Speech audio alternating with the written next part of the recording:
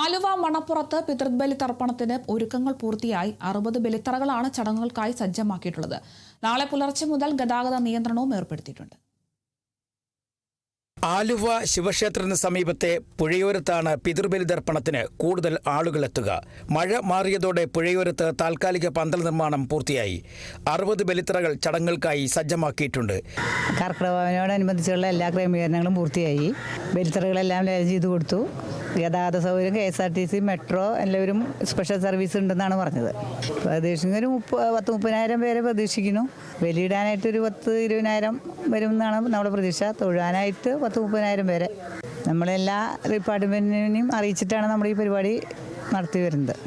പെരിയാറിൽ ജലനിരപ്പ് ഉയർന്നാൽ സമീപത്തെ പാർക്കിംഗ് ഗ്രൗണ്ടിൽ ബലിതർപ്പണ ചടങ്ങുകൾക്ക് സംവിധാനം ഒരുക്കും. പുലർച്ചെ 2 മണി മുതൽ ഉച്ചയ്ക്ക് 3 മണി വരെയാണ് ബലിതർപ്പണ ചടങ്ങുകൾ.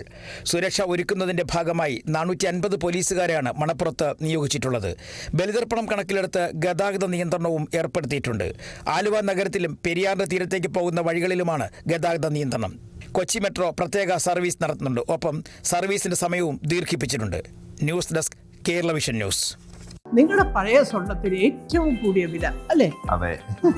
22 വർഷത്തെ പാരമ്പര്യമുള്ള 50-ലേറെ ബ്രാഞ്ചുകളുള്ള നിങ്ങളുടെ സ്വന്തം അച്ചയൻസ് ഗോൾഡ്.